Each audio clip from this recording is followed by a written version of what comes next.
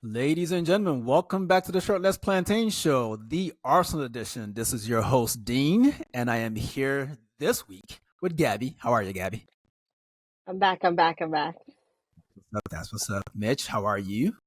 Swell. We had the first Blue Sky game day today, and the timeline was bumping. It was great. Everyone get over there. It's so much better than the Nazi app. It's great. Yeah, we calling it the skyline. Come over to the skyline and skeet to your heart's satisfaction. Skeet, skeet, skeet everywhere. Absolute. Skeet, skeet. In any event, we're just back from an international break. So before we get into the nitty gritty, because I'll be frank with you guys, this game was very straightforward. Let's go on a bit of an excursion. Any insights from the international break? Did anyone learn anything or do anything interesting? Gabby, you go first. Did anyone do anything interesting? I deplugged from Arsenal. That's what I did. That last game, as you know, I wasn't on the pod for that last game. I saw that Kai scored in international break, and I saw like a lot of people got rest, and Harry Kane was running his mouth, and that's it. So Fair enough. thank God nobody got injured. Yeah, that's almost exactly how my international break went. Mitch, anything interesting on your end?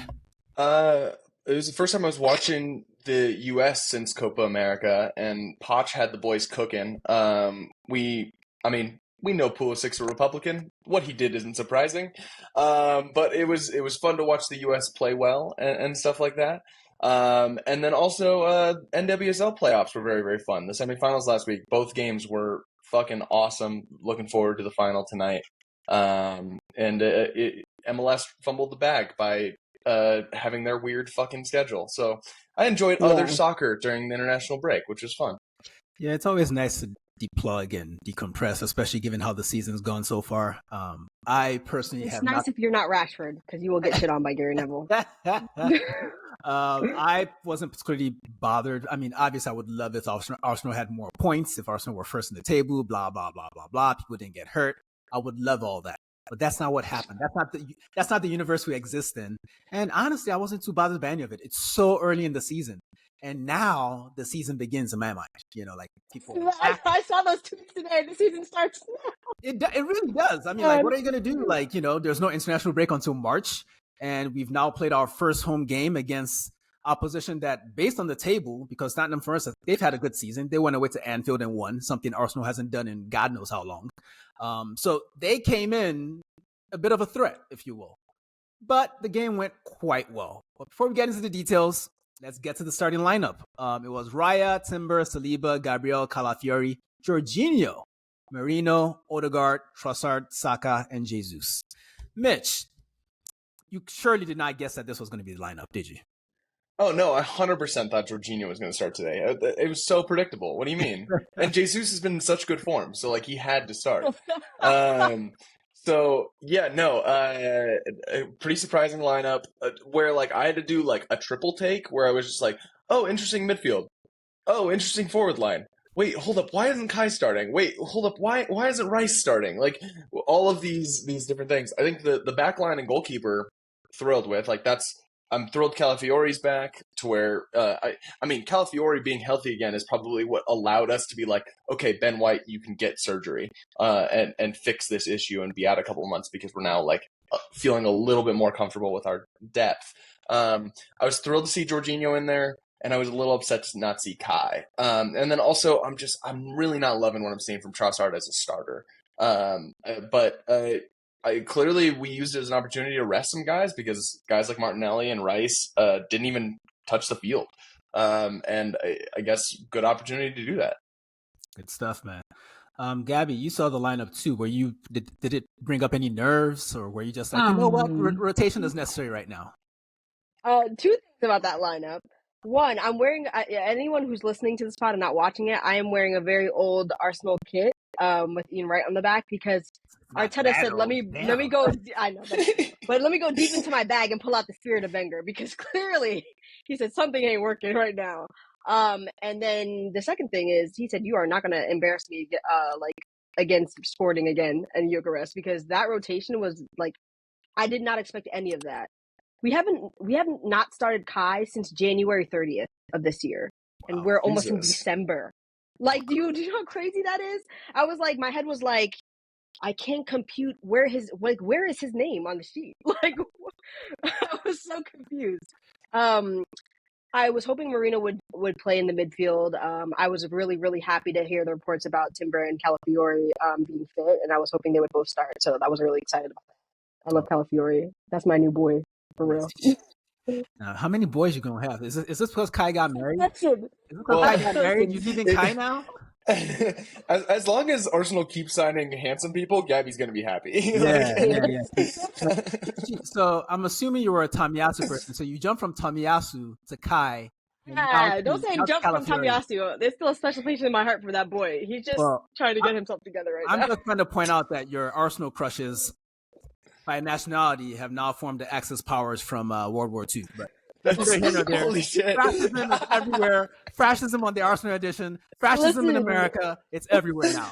It's everywhere. Is this a subtle sign, Gabby? What's going on? we don't sign a handsome South American, so I don't know what to tell you. Are you complying in advance, Gabby? Is that what's going on here? You're complying in advance. So sad. I put in my suggestions, and I just hope they listen to me. But real quick on Declan Rice, we'd heard before the break that he had maybe a broken toe, I believe is what I heard. I was looking it up on the Google box. I'm not sure if that still works well anymore. But WebMD that ass. Yeah, and they say that those take about 4 to 6 weeks to heal. So it seems as if we're gonna try to finesse him through a period of rest where we get him rest every time we can. Mitch, do you think we'll see him in the midweek or not? Play Sporting in midweek, right? And it's away. I feel like we should. I don't know. It depends on how comfortable we are with the 6. Like, I thought Jorginho played really well in the first half today. But obviously his legs are not what Declan Rice's are. I don't know enough about how Sporting play, and I especially don't know now after they lost their manager, to have we need someone who can cover a large amount of space against Sporting, to really make a take about that. But I would love to see Declan Rice play when he can. But if we want him to just get fully healthy so that we have him, I don't blame us for that. Okay. Chris Wood didn't start for Forest. There's a tree and forest and wood pun there that none of us are smart enough to make right now. Well, he didn't want to get chopped down by timber. There you go. Good job, Mitch. Clap for yourself. That's a series wrap on Mitch Piotr. I'm out of here. Goodbye. But Gabby, when you saw that Wood wasn't starting, did you feel more or less happy? In terms of FPL or in terms of we're gonna get these 3 points because I put that dumbass in my team and now he can start. But I was like, I trust him to not. I know he's in really good form, but I trust him to not dunk on us. It was more like, how do you say his name? Awani. Yeah. Awani always dunks on us when he plays against us for some reason. I was like, I don't like that. I don't like that. Yeah, the thought crossed my mind as well, but thankfully for us, he didn't do much today. We had a very great and fluid start, I'd say. It was one of our better starts this season. I can't remember a lot of great starts because it's just been a rough season so far, but what would you attribute that most to, Gabby? Do you think it was more the rests or the returns or specifically the return of Odegaard? If you're assigning proportions. The latter. Yeah? The latter. It's Odegaardism is in the mud right now because that boy is everything and more for us. I feel like the boys were like, oh, Odegaard's back. We can ball now. They were just doing whatever on that pitch. And he was doing his thing. He wasn't I know he's not in great form with goals and assists right now, but he's doing the thing he always does. Dictates, floats around, ends up on the left-hand side or the right-hand side. He's always he just always seems to be available, even when there's somebody following him. And I don't think there was in this game necessarily. But he's just always available to pass the ball, always. And once you have somebody that can make the pass, you're gonna make the run, or you're gonna float to wherever you think that you can find space, so he can find you because he will. Stuff. Yeah, it was also huge for our. I said this last week or last game against Chelsea, but our press was improved by Odegaard being back, and it showed even more in dividends against a lesser opponent because we had 80% of the ball in the first half. I don't think that's an exaggeration. I think they showed at 34 minutes we had 75% possession. We were cooking on and off the ball, and Odegaard was immediately winning stuff back, immediately combining with Saka, and it just made everything more fluid and more dangerous, which is what he brings. And I will never understand the people that think that we need to replace him. It's just always going to be a baffling opinion. It's in my mind because he is just a special, special player. And he's a joy to watch. Yeah, very well said, Mitch. I don't. You're a little of an Odegaard hater. No, I'm not an Odegaard hater. I think I'm just very much aware of his limitations. I think he gets a lot of. I mean, take for instance, like even today we saw it. Every time he's on his right foot, it's like watching a baby get dropped in the middle of the pitch. Like shit like that, or him almost never running past Saka. It's always got to be ball to feet with him, like little shit like that. He can still get better. That's the point. Mm-hmm. And yeah. I think the idea, I think some of the criticism that we see from some of the bigger accounts on social media is that the team should not be oriented around him as a central idea. But clearly the players that he plays with believe in him and they like him and they react differently when he's not there. So if that's what it's going to take for us to get the trophies and the achievements that we want to get, let's stick with him until we don't have to. I want to say a caveat until we get Articular, but go on. See, that's the thing. That's another thing. It's like sometimes, and this is not to criticize Odegaard. You can look at certain other players of the same profile around Europe, or even within the squad. There's a 17-year-old that we're going to talk about in a bit. You can look at them and kind of see some of the things that you would want more from Odegaard. That's all I'm saying. If people want him gone, that's their argument. I'm not on their side for that. Like, he's a fantastic player. He's probably the best of his sort in Europe, but it just feels like, to me, it feels like little things that he can add to his game to make him just out of this world. Like the end product should be constant with him, but it's not. Yeah, I agree. I think sometimes when we watch Odegaard, he very much reminds me of Ozil sometimes, where I'm just like, just shoot, just lock your ankle and just shoot through the ball. You can put your foot through it, man. In any event, the team started really well. Very fluid beginnings of the game. Saka had an early chance. Trossard had an early chance. This was probably under 2 minutes in the game. Like that, we were just peppering them. Matt Sells made an early save. Gabby Jesus was offside, but I remember him being active. He had an interesting game. Let's talk about him right now. I thought his game was interesting in that I like that he got the 90 minutes. I thought he was mostly forgettable on the ball, but he was really good off the ball. Mitch, do you think that's an accurate assessment, or am I being harsh? I think there was a moment or two where we saw a glimpse of 2022 Jesus on the ball, but for the most part, I think I agree. It was nice to see energy from him in terms of being off the ball and stuff. And getting 90 minutes is probably good for his confidence because he's a very confidence-based player. It's always tough with a player like him where that is clearly so confidence-based, where it's yeah, dude, you're not our best number 9 right now. We know that you can be close to that when you're healthy and firing, but you haven't been doing that for 2 years, so we can't give you the amount of minutes you need to get to that point again. I think it's like a snake eating its tail kind of thing of well, he needs to play to be able to play well, but he's not playing well enough to play enough. Right. And it's a frustrating situation because we know how good he can be. But I didn't see enough from him today where it's oh yeah, starting against Sporting kind of thing. It was nice for him to get minutes, but yeah, ultimately, I don't know if it's going to change anything in terms of depth chart. Yeah, that's fair. I will say, the snaking in its tail thing is a very, I know it's a guy we don't necessarily like talking about on this podcast, but take 5, for instance. He's arguably been our best midfielder this season so far. Hopefully that doesn't stay true, because if that's true for the rest of the season, we're not going to achieve shit. But part of the reason why he's been able to get to that form is because the manager just kind of played him through bad form. At the beginning of the season, he was getting minutes when he didn't deserve it, I would argue, at certain points. And now he's at the point where, unfortunately, there are times when I'm actually happy to see the motherfucker, which is crazy, but we'll get to that later.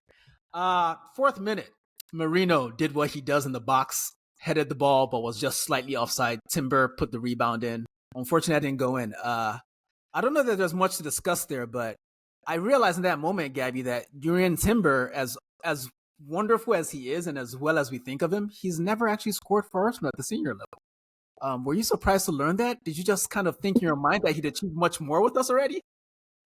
No, I think I was like, well, he was out all of last season with ACL. That's fair. I mean, I guess. But in my mind, I We think I only just say have that like a because great opinion Calafiore of scored him. that worldie, to be fair. Yeah, he scored the world in the training match when he came Yeah. back from his ACL. You know, so in my mind, he's done so much more than he actually has, which is crazy. I don't know. Maybe that's me. I didn't think about it until after the game, but I was like, damn, I'm actually really pissed off that they took that goal away because this is who we were playing when he tore his ACL. Yeah, like we That's were playing Forest. I true. was like, I needed it back in blood. Like, Yeah. Back look in what you ligaments. took from us. My one thing from that goal is that it's so frustrating that like every other top league in Europe has semi-automatic offsides, and we had to wait like 5 minutes to figure out if he was offside or not. Of just like they're showing the VAR ref, and he's just like eyes close to the screen, like. Is he offside? I But the can't linesman tell. put the flag up And it's real like fast, what are we doing? Yeah. Like this is archaic. I know, like, did my parlay hit? But let's just skip to the 15th minute. That's when we scored the goal. Let me not say we, because it was really just Saka. He had an exchange of passes on the edge of the box with Odegaard. Great pass from Odegaard there. I mean, Saka had a lot more touches before he scored, but the cleverness of the pass, the subtlety of the pass was so good that he definitely deserves the assist that he's going to get credited for. Don't leave the Jorginho thing out. Don't leave it out. You have to put the whole passage of play in there. Jorginho getting his old man legs up that high and keep the ball alive. I said, I see you. Well, I I'm see glad Jorginho. you're giving me a boy credit because I had no plans to mention the motherfucker. I'll be honest with you. And it's not, I'm not saying like it's on us, Gabby, to talk about our favorite old man, Jorginho. there you go. Like I think so much just happened after he did that I just didn't care anymore, you know. So, but in any event, I'm gonna take a very haterific approach to discussing this goal. Mitch, should he have passed the ball to Marino? No, when you're that fucking good, you don't need to pass. And I think that's been the Saka arc for this season. Is I'm better than fucking everyone. Oh, I'm going against my body. Like he's running left and he scores right. Like he shoots across his body there, which is fucking crazy, and just puts so much power on it to where Cells just has no chance. He's just that fucking good. Like, when you're that fucking good, you can do whatever the hell you want. And that's where Bukayo Saka is as a player. And yeah, I don't really give a shit what he does, because take a shot every time you can. I want you to hat trick this season for the first time. It's crazy. He's never gotten one before. I knew he was going to get it as soon as you tweeted that. I was like, he was going to get the hat trick. I just wanted to, like, you know, I wanted to be able to go back and be like, yeah, I called it, because I know he was going to get a hat trick today. But no. The jinx was terrible. Yeah, I did the same thing, actually. I thought today was going to be the day. I don't know. He looked like he was on it from the very beginning, but we've seen this from him so often. He's, as much as I think, here's the other thing about the Odegaard thing, to go backwards. I think part of the reason why a lot of people seem to not be as enamored with Odegaard as many other people seem to be is because they think he gets so much praise that it distracts from the praise Saka should be getting. And I kind of agree with that, you know. But it's a team sport. No one does it alone. And again, with this goal, we see the combination between them and why I hope they never get injured again for as long as I'm alive. Because that was fantastic. But I will say, if we're just talking about what's supposed to happen during a game, he should have passed the ball to Marino. Yeah. The man was open. Just lay it off for him. He probably scores there, I think. But I will say we do have a problem with that. I just think that all of our attackers tend to take an extra touch when they shouldn't take an extra touch. You see, I mean, we talked about it with Odegaard. You saw it with Saka today, even though he put the ball into the back of the net. And you see it with Trossard. All of them take an extra touch when they're not supposed to take an extra touch. And it was so unlike us in that first half, because we were doing a lot of tiki-taka, like old Wenger ball type of things. And I was like, you know what? Fair enough. You scored, so I'm not going to complain. Let me follow up on that question. We probably should have scored 2 or 3 goals in that half, correct? Yes. 100%. Were you concerned that we're going to, you know, like, we played so well, the gods of the game are going to punish us for not scoring more goals? Not in this game, which is very unlike me. Yeah, right? In this game, I just felt like we were on top of them. Like, they couldn't really get out of their own half. I'm not a field tilt girly, but like I saw the graph at the end of the game and I was like, God damn. Like we were there choking the shit out of them. We just needed another goal. Like, that's it.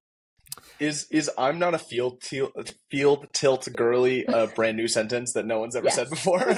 Not like I feel like if it's been said, it was said by Charlie XTX or whatever. That's the only other person. That's a song on Brad, I think. Yeah, probably.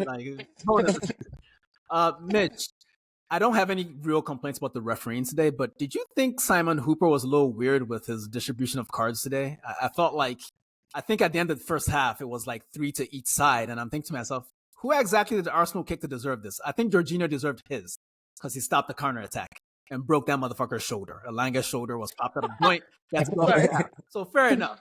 But outside of that, like the Yates leaning his head into Saka's foot, like that was the stupidest shit I've ever seen, man. No, it was so stupid that I saw a bald man making stupid refereeing decisions, and I immediately wished ill will on Anthony Taylor online because that's who I thought it was doing that. I'm like, oh yeah, that's Anthony Taylor, right? No, the other stupid bald guy. Which I think is like pretty like explains the point of like you were doing such a bad job. I thought that you were your coworker who's gotten relegated multiple times as a referee, which is I feel like pretty mean to say, you know? Fair enough. That got us to halftime. Alliano did some annoying shit at the half, but we're not gonna get into that. Clearly, they decided that they're no longer giving people yellow cards for doing dumb shit after the whistle's blown. So we'll just go ahead and because again, it's a fake rule that's applied at random. Right. Not against Arsenal. Yeah, it only affects Arsenal. It only costs us the 2 points that we could desperately use right now. But you know what? I'm over it. Not really, but I'm over it. But I'm not going to be over it the entire season. That shit. So annoying. People tell me, the thing is, letter of the law.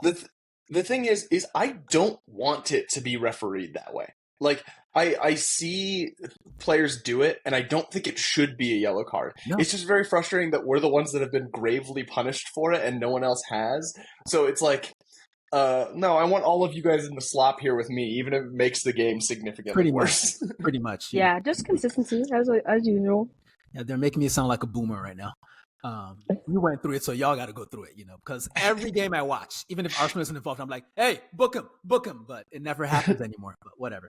Halftime came along. Again, we totally dominated the first half. It was very calm. I can't really even remember any moments of danger, really. I know they had the ball in our half a couple times. They had some free kicks, but nothing came of anything. They had some headers go over the bar. There was like one moment early on that was like a little end-to-end where we had like the Trossard chance on the other end. They countered and Timber like stepped forward and broke up like a potential like crossing on the edge of the 18 that would have been a potential shot for them. But I can't even like name a shot on target that they had in the first half. That's a wise woman. Yeah, I don't think Brian made any saves really today. I genuinely think a lot of that stuff came down Calafiori's side and when Zinchenko came on his side.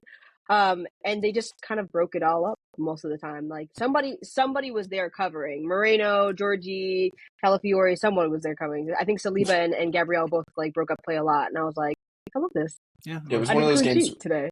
It was one of those games where Saliba was just like fucking better than anyone that came into his orbit. Where it's just like if someone comes with the ball in Saliba's range, they're not going to leave his orbit with the ball, which is always fun to see because he's just like a very, very fun player that's just like when he's playing well, he's just like, yeah, I'm fucking better than you. Get fucked. Yeah, I was pretty comfortable that this game was going to go well when I saw him in the pregame with a fresh haircut. If you notice, before the international break, there were like 2 weeks in a row where he didn't get a fresh trim. And I'm just like, William, what the fuck are you doing? Like, this is part of the image. Like, you don't get the modeling contracts if you show up every so often with your hair just messy. Like that, you Listen, his bro Tomiyasu was out. He was disheveled, okay? Let him, like, have his moment. All right. Tomiyasu hasn't been seen in, like, 2 months, and Gabby has found so many ways to bring him up in this podcast. Hey, you know what? Never forget. Never forget. I love that boy. Never forget. It's wonderful. All right, so halftime came around. I thought the manager did exactly what I would have done in that he got Jorginho out and brought 5 on. Only because of the yellow card, not because of performance. Yeah, I would say he knew that we were going to get a red card. He said not today. Yeah, not today. And Elanga went off too because he was injured. He went down twice after Jorginho tackled him in the first half, which, so something obviously happened to his shoulder. Hope he gets well soon. Again, this game is difficult to get really intense or passionate about because it was so matter of fact for Arsenal. We were so dominant. And that was indicated by the second goal in the 52nd minute. Saka had the ball on the right, rolls it in for number 5. He slots it in. Does anyone want to talk about this, or can we move right along? Move right along. All right. I'll let Mitch take this one if you want. I will The say only this good much. thing about that goal, I will say. I know you guys don't want to talk about it, so I'll do it for us. Coach was at the ground, and he made the very interesting point. Well, it's not that interesting. It's pretty obvious that it's kind of difficult or pretty much impossible if you happen to be there to sort of have that mindset of, oh, this guy did something and we don't like him and we're not going to cheer for him. He's playing for us. There's only so much you can do. I saw people complain about the fact that the manager hugged him before he sends him on the pitch. It's like, bro, he can't manage him differently from the rest of the team. If he's there, he's there. And it's unfortunate. British law has put the club in a weird position. But I will say, and I've said a version of this in the past, it's best for our sanity as a fan base to just not necessarily ignore it. We know what supposedly happened. We're all aware of it. We're not happy about this, but the contract will end soon and it'll all be over. And God willing, because I'm telling you right now, if this club decides to give him a re-up on that contract, I will not be there next season. We will. Yeah. That's a conversation I do not want to even imagine having to have in the future. I really hope that does not happen. Mm-hmm. Unfortunately, he's been playing so well this season that it's a possibility, which is unfortunate, But we'll just focus on the fact that they talked about Trossard getting a new contract, which, let's take a detour. Mitch, what do you think about that? Trossard getting a new contract, given his foibles. We didn't even talk about Saka getting assists or nothing. We back on track for that record or nothing. Yeah, he's back. Yeah, he's gonna break Thierry's record again. Yeah, 100%. We're back on track. Saka got assists. We're there. So how many seasons so far then? 8, I think. 8. Not bad. 8 in 11 games is not bad at all. Is it 11 games or 12 games? Sir, I don't know. It doesn't matter. Let me. The season's going.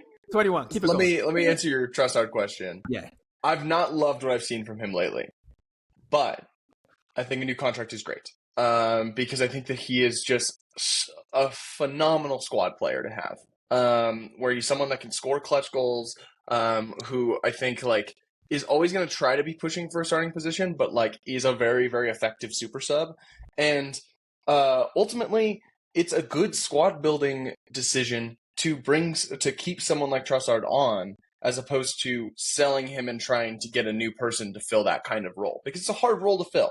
It's hard to pitch to any player at any point in their career, hey, you're going to come and be a backup, maybe start some games depending on how you play, kind of thing. It's a hard pitch. And we got very lucky with Trossard of that specific situation of how we ended up getting him and stuff. And if he wants to stay longer, I'm more than happy to have him stay longer, because he's a player that kind of like Jorginho, where I feel like he's not going to get worse as time goes on, because he's not a physical attribute player. He is a very technical player, as opposed to we've seen enough of Trossard getting the ball out wide on the wing to know that he's not going to outpace his man. And he's not, and that's not going to change at 29 as much as it will at 33. So I'm very comfortable keeping him on as a player where he can play a variety of different positions, and he's not on super high wage, and all of these reasons of it's a nice squad player to have. Fair enough. I agree. Well said. Well said. I agree with you guys as well. Let's talk a little bit about standout performers in this game. Gabby, who stood out to you outside of Saka, who obviously got stats, but who stood out to you generally? Because I felt like it was a very even, balanced performance all through the 11, really. It was. I'll pick the person that I don't think anybody will pick, which is Marino. I knew you were going to pick Marino, so I was thrilled that you were going to, because I thought he was great too. So I'm excited that you're going to talk about him. I have been saying since Moreno came in, and actually had a good run of games, not a couple minutes here and there, that I really like the way he plays. I understand why Mikel bought him, because he just slows the game down, and not in a bad way. Not slows down attacks. I mean, he slows the game down, so we're not panicking when we want to pass the ball. He is almost always available to get the ball to at his feet. He's always calling for it. There's nothing that gives me the ick more than I watch a midfielder treat the ball like a bomb, want to get it out of their feet at all times. And he's not one of those, thank God. And I really like that he's calm under pressure. I think we need a lot of calm in that midfield. I know Odegaard is calm, but he's doing a lot of the heavy lifting with the attacking impetus. And so somebody who's just like kind of a metronome or like a whenever you need to pass the ball or you need to get into position or whatever, just get it to me. Just get it to me. I can't say he always makes the right pass, but I feel like once he gets that chemistry with his like teammates down, like I think he's going to be really good. Also, he pops up in the box a lot. He's going to be playing that Xhaka role well. I like that we're using him as like a little bit of a second striker at times, just like using his height in that way. I mean, the Timber goal was called offsides, but it was like he got in the same area that he did when he scored against Liverpool. And I like that we're like, we're bringing all these big physical players. It's nice that we're like using them to the full advantage. We've just got to start using Kai more to that. I feel like we forget he's tall sometimes. Quick, like you prompted a question in my head. When we got Kai, he was supposed to be playing in the position that Marino is now playing in. Mm-hmm. Why do you think he, for lack of a better term, because I don't think Kai was necessarily a failure in that role, but we all agree that he's best as a striker. Mm-hmm. Why do you think Marino has taken that position so quickly while Kai didn't quite work out there? I think he's a better passer. Yes.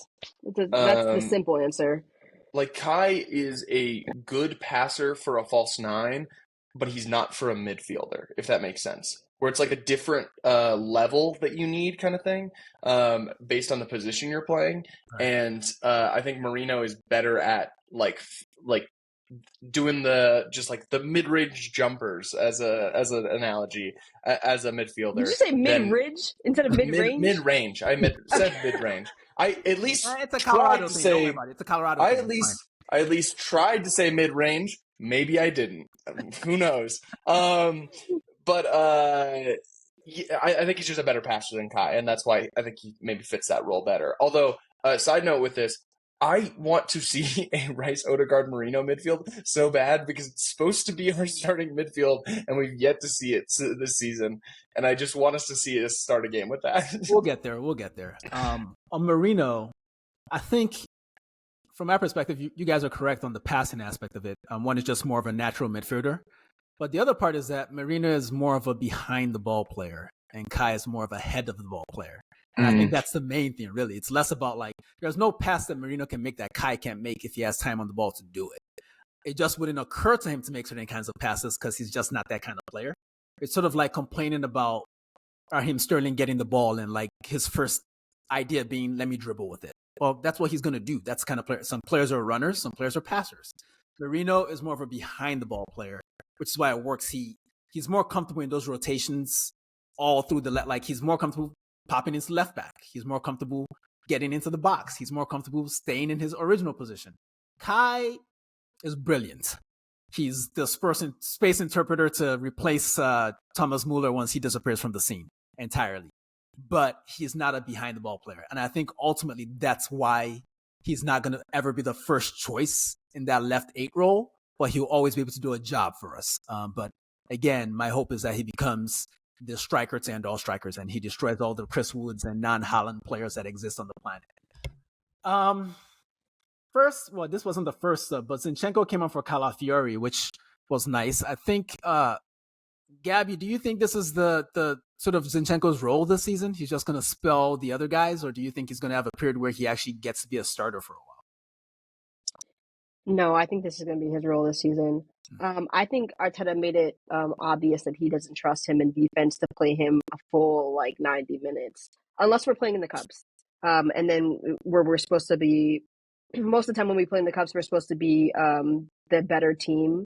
We're playing lower opposition, and then then Zinni can pass a lot, do that inversion thing that he does so well, and get in that midfield and make passes. But other than that running towards our own goal, not covering the space that you're supposed to cover, not covering your man. I think that Mikel also really, really likes the fact that I think all of our defenders that started today are players who like to get aggressive on the ball. They want you to feel their presence on the ball, especially Gabriel. But Calafiori is a very, let me try to nick the ball first, which is why he's almost never at the left back spot. He's always so far forward. Zinchenko's not like that. He's not like that. He'll let you run at him, and then then he'll try to get in position to defend. But I don't think Arteta likes that at all, which is probably why we're not going to see him a lot. We're still going to see him a bunch, but we're not going to see him as much as probably a lot of people thought we were. Also, he's too busy writing an autobiography at age 27, spilling our secrets and shit. Just yapping. Like, who fucking asked for Zinchenko to write an autobiography at age 27? Like, dude, you're not even retired yet. Hey, listen, man. Like, You know what that reminds me of that meme where the guy was like, I don't care what Ja Rule has to say about it. I'll say this much: this is football tradition. Okay, like I think Wayne Rooney had like 3 autobiographies by the time it was 31. Yeah, but he's Wayne Rooney. Zinchenko's like Ukraine's Wayne Rooney. He's a big deal over there, you know. Like, what are you gonna do, you know? So, but yeah, I did find it kind of a little distasteful that he was like doing book promo, and I'm like, bro, you're not even playing minutes. Like, go get your shirt back, motherfucker. You writing books and shit. What the fuck? Like, nobody's trying to read nothing. You don't see what's going on in the world and shit, man. To be fair, I don't think we would see him at all if Tommy was fit. Like, I really don't think we would see him at all. You're right. You're right. Let's talk about some more interesting subs that took way too long to come on, in my opinion, because this game was well in hand at 2-0. Nottingham Forest had a moment where that Jota guy put the ball in the net, but he was way the fuck offside. Yeah. Timu Jack Grealish. There you go. That guy. But Ethan and Raheem came on for Saka and Odegaard, and I was really excited. I was a little less excited that I was in the 82nd minute. But I've long felt through all the turmoil of the pre-international break season that we would actually have seen way more Ethan minutes if Odegaard was fit.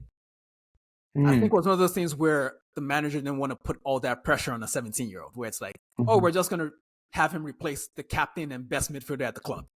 Like, it just felt like it was too much to put on a kid, and that's why he didn't do it, even though it felt like an obvious solution to our creativity issues. And now that Odegaard is back, I think we'll see much more of Ethan, because it's just, okay, you see what Odegaard did? Do that, but shoot more, since you like to shoot more, you know. And he came on, and he did exactly that. Mitch, you get Ethan. What did you make of his performance? What did you make of his goal 4 minutes after he came on? Well, I mean, it's going to make Arteta's job harder in terms of, all right, well, Ethan's knocking on the door now. He's officially scored in the Premier League, our second youngest goal scorer in Premier League history behind Cesc.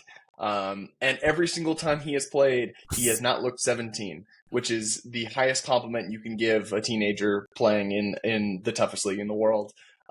He is so front-footed, just gets the ball and is like, I'm going to fucking score, to where he almost scored, and I was done posting, oh man, I really wish he scored there, and then I refreshed the timeline and got my first goal spoil of the Blue Sky era, of a James Benge tweet, or James Benge post, sorry, about the goal, and I was a full 2 minutes behind. A skeet, yes, I'm so sorry, yes, it is a skeet. It's blasphemy for me to call it a post. It is a skeet. And it was a wonderful goal. Great to see Sterling involved with it too. I know you're probably about to pass to Gabby for the Sterling talk, but obviously Gabby's theme. So you know what? Yeah. All right, pass it to her. Great goal from Ethan. Love to see it, and I can't wait to see more of him. And Gabby, why don't you talk about Raheem Sterling? Actually, let me ask the question a different way. How come, Gabby, when Raheem Sterling runs backwards, why does he look like he's on 7 red stripes? Like, what's going on with your people? Huh? Wagwan! Wagwan! Listen, I have for years not understood Sterling's run, so I am not the person to try to explain this. I don't. Sometimes I feel like I just want to say, do you have like a scoliosis in your back or something? Like, what is the way that he runs is just not. It doesn't make sense to me. Your body should be moving this way. I don't know. He needs a chiropractor. But listen, got an assist. I really like that. Just to attach this to Ethan, I really like that. A lot of the senior players. I know that Sterling just came to the team, but like a lot of the senior players trust Ethan on the ball. For him to give the ball back and not try to shoot it or like cross it across the face of goal or whatever. He just knew he was going to get the ball back. Yeah, I love that for me. He wasn't the only one either. I think it was also Moreno and someone else that were giving Ethan the ball a lot, like calling for him to come get it. And I was like, oh, they trust him for real. Like, right. I like that. Yeah, I think besides one of the ways you know if a player is going to be good or is good is how much his teammates seem to trust him on the field. So that's a good sign for Ethan. And the other bit is that, in my head, I kind of felt as if when we started playing him, that we would use him in a less expansive way than we use Odegaard, in that he wouldn't be dropping deep to get the ball off the center backs. But he does all that shit. He does everything Odegaard does. He just happens to be more aggressive while shooting, which is wonderful because, Odegaard is, I think the issue with Odegaard, and not to shit on him for a third time. You're just a hater. No, I think the issue with Odegaard is that he was born in Norway. Okay, ain't no poor people in Norway. Okay, life is too good out there. They got like this natural fun from all that oil money. He's not aggressive. He don't got the fire in his belly. Yeah, he's got fire in his belly, man. He needs to be more hungry and shit, man. Like, you see, Ethan, that is a man descendant. He's descended from people that lived through a civil war. You can tell from the way he plays. I see it in his body language. He's like, I'm going to get some today. Martin is more like, I'm going to make sure everybody else gets some. Real socialist about him. Ethan comes on real fascist, like, I'm taking all this shit. I love it. It's kind of funny, honestly, because people that I know who have watched Odegaard for a long time, like who are from Norway, like watching him growing up when he was like 15 playing in their top division, was like one of the things that made him a super exciting young player was that he was doing what Ethan is doing now, which is getting the ball, taking it, and fucking shooting. Because I think it's just a young player thing. I think that's truly just like kind of that fearlessness that a young player has. And I'm not saying that Odegaard plays scared at all. I think he's just a little bit more calculated than getting the ball and immediately running and shooting. He doesn't not take shots. Like in the lead up to the Saka goal, it comes from an Odegaard shot. Like in the area where he should be taking those shots. Ball rolling across the 18, takes it one time, it gets blocked, comes out, we recycle it. Saka scores the goal. So like he's still scoring these kinds of goals, but it's not like the same thing of like a teenager getting on the ball and is like, I want to fucking do something because you have to prove yourself. I want to get signed by Real Madrid when I'm 15, kind of thing. Listen, young players are to go learn. I will see you at the carpet soon. Like I feel like Gabby answered the question of what did you do during your international break wrong? Because obviously she spent the whole time obsessing about a transfer that's not going to happen for at least 3 seasons. Let me have this. Let me have this. I can manifest this into reality. Hey, there's nothing Gabby loves more than obsessing over transfers in fucking November. Listen, it's Arsenal heritage for us to get Real Madrid leftover. I need that. I don't know. Yeah, I hope that happens someday, but I'm not really ready to devote any energy to that, so we're going to leave that alone. Let's move on to the future. 3-0. This was so... No games in the Premier League are easy, but this is probably the easiest game we're going to play this season, it felt like. Like, Nottingham Forest didn't really bring the smoke at all, which is crazy given how well they've played this season. I mean, you win away at Anfield, I expect a little bit more out of you, but they didn't really bring it today. And I'm happy for that, because this is exactly the sort of performance and result that Arsenal fans needed, because some of the chatter in the last few weeks it's been pathetic to listen to. Like, people already quitting on the title. Bro, it's 11 games. Fucking relax. Like, it's a long way to go. I changed my group chat to title lost in November with the like Arteta like. You need help. In the midweek, we go to Sporting. Mitch, do you expect to see a lot of rotation in that game?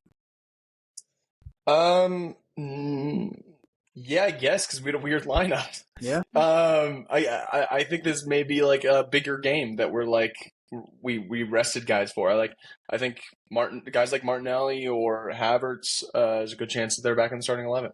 Yeah. Any chance of Rice, you think, Gabby? I do think there's a chance of Rice. The thing with the broken toe, I feel like, I know it can take like 4 to 6 weeks or whatever for it to heal, but it depends on how bad it was. Because I've also seen people just be like, fuck it, 2 weeks later, let me just play. Like, So I feel like if he's for real feeling pain, then we won't see him. And we may not hear reports about that in media because, Mikel is a pathological liar. So Zinchenko decided to tell us for some fucking reason. He didn't tell us anything we didn't already know. To be fair. That was the funniest thing about that insight. It was like, we all know that. Everybody knows this. Like, what are you... Sometimes that man loves to lie. He tells the players to grab their wash bag and get on the bus with us. Like, okay, like Yeah, man, we know. doesn't every manager does that? We kind of just more charming about it, I suppose. Our next league game is against West Ham on Saturday. That feels like I'd read, because West Ham are not having the best season so far. Lopetegui is supposed to not lose the next 2 games, or he's getting fired. Listen, so he's getting fired, right? So I need another. that. I've been calling this for like the last month. Give me a 5-6-0. We need to restore the feeling. What one time of us just fully fucking demoing a team is gonna bring everyone back, and we're gonna be like, we're the best team in the world again. We're winning the title. Everything's good. And we just need that another 6-0 against West Ham. That's what I need. It should have been today. To be honest, we should have scored 2 more goals. So are you guys saying that 3 goals weren't enough to get people back on board? I'm greedy. Listen, no, I need 7. Listen, if we had scored 2 more goals, we would have been back in third, and that's what I wanted to see. Well, third is just second loser, so who cares? Whatever. I want first. I don't really care what happens after that. First, then it's Champions League. Then it's you're a loser. That's it. Shoot. This is one of the shorter pods for us. I don't particularly think. Again, this is Nottingham Forest's fault. If they'd done more, we'd have more to talk about. But they didn't do shit. So I guess we could probably leave it here, guys. I'm sure we'll have lots to talk about during the week. If you're interested in things that aren't necessarily about football itself, go back and listen to our last Arsenal edition, which was Gabby and Coach talking about our next sporting director. I haven't listened to it because fuck these guys. Because he's a hater. I talk to you guys all the fucking time. I'm tired. So I'll get to it. And I hope the rest of you do the same as well. Anything we've forgotten? Anything you want to put in there before we get out of here, folks? Bukayo Saka Ballon d'Or winner. It's gonna happen. Wenger ball is back. Amen to that. We have gotten our Arsenal back. It was a wonderful day. Arsenal 3, Nottingham Forest 0. And hopefully during the week, by the time we talk again, 3-0. Arsenal would have scored 6 more goals at a minimum. 6 more goals. Yeah? All right, guys. You know what to tell the people. Peace. Also on Blue Sky. Do follow us on Blue Sky. Good catch, Mitch. Talk to you guys later. Peace. Hey folks, this is Deen from the Shirtless Plantain Show. Don't forget to subscribe, comment, and follow us on all our socials. You can see them right beneath our recordings in every video. Thanks again, and see you on the next one.